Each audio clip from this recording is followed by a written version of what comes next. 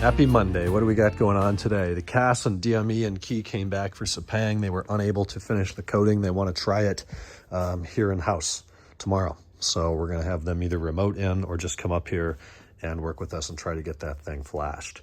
The throttle actuators, very annoyingly, had to come back out today. That's why the wiring harness is tied up out of the way, because we're replacing some fuel tank breather valves right back here under the injector wires. And to get the Oederker clamp on there, right here, you need to be able to swing the arms of the pliers open far enough, and you couldn't with the throttle bodies on, so, or throttle actuators on. So the actuators come back out. That gives you just enough room to get the tool in there to cinch that down. We only received one hose today. We're waiting on the other hose to come tomorrow, or actually Wednesday, I think it's due. So then we'll be able to get the hose on there, plug it into the one-way valve, and then kind of reassemble the valley. Got new air filters today in both engine boxes, new cabin filters. Those are already in.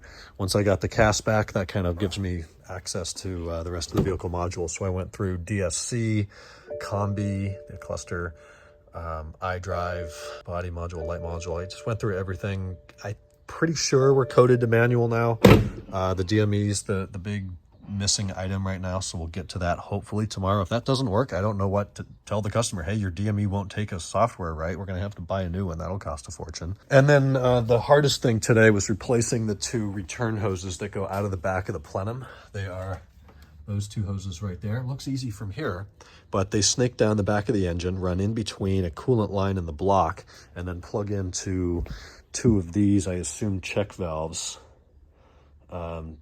at the top of the crankcase. So we replaced the check valves because now's the time to do that, and 100,000 miles, why not? They're $24 a piece. So Sepang is coming along nicely.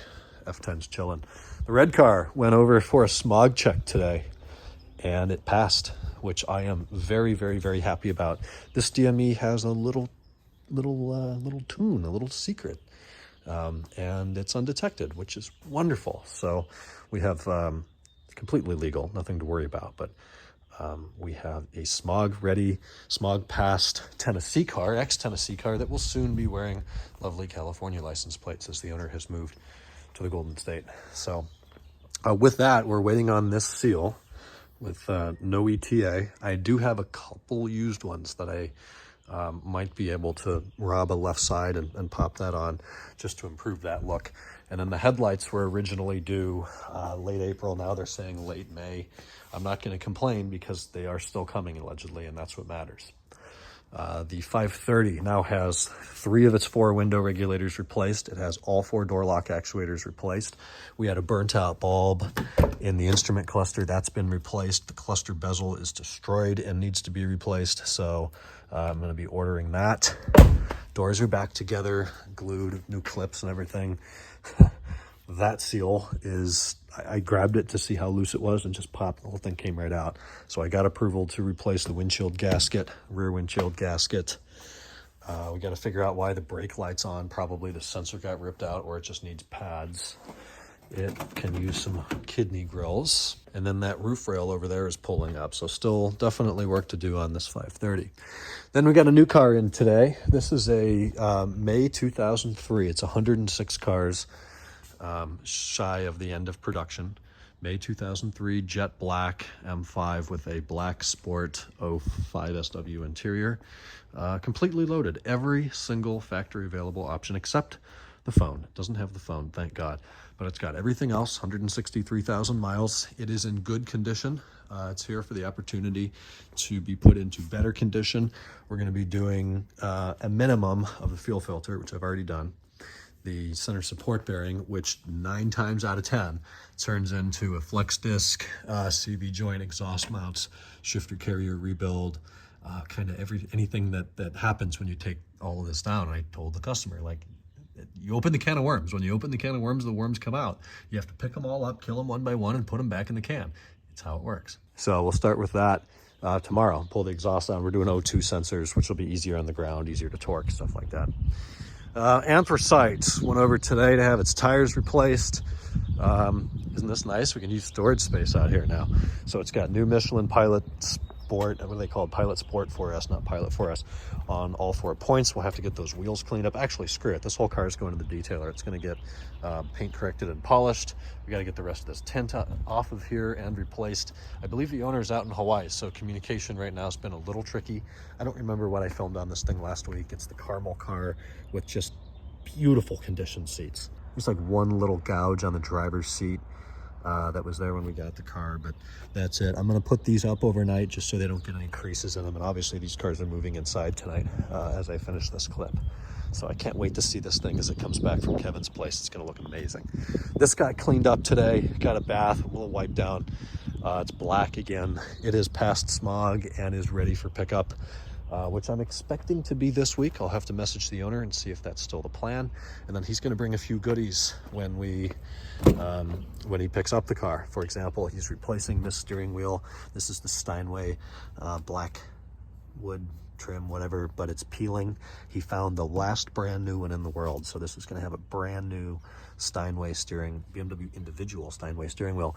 And then he's doing an Alcantara shift boot to match the e-brake boot. And we've got some cleaning in here to do as well. It's just dusty. So you know the story on this car. Long time in the making. We're ready to see it go. Doesn't owe us much money on it anymore. I know he's ready to have it back. So I've got more parts to order. I'm going to move cars in, and it's a beautiful evening. Finally, some sunny weather. Talk to you guys tonight.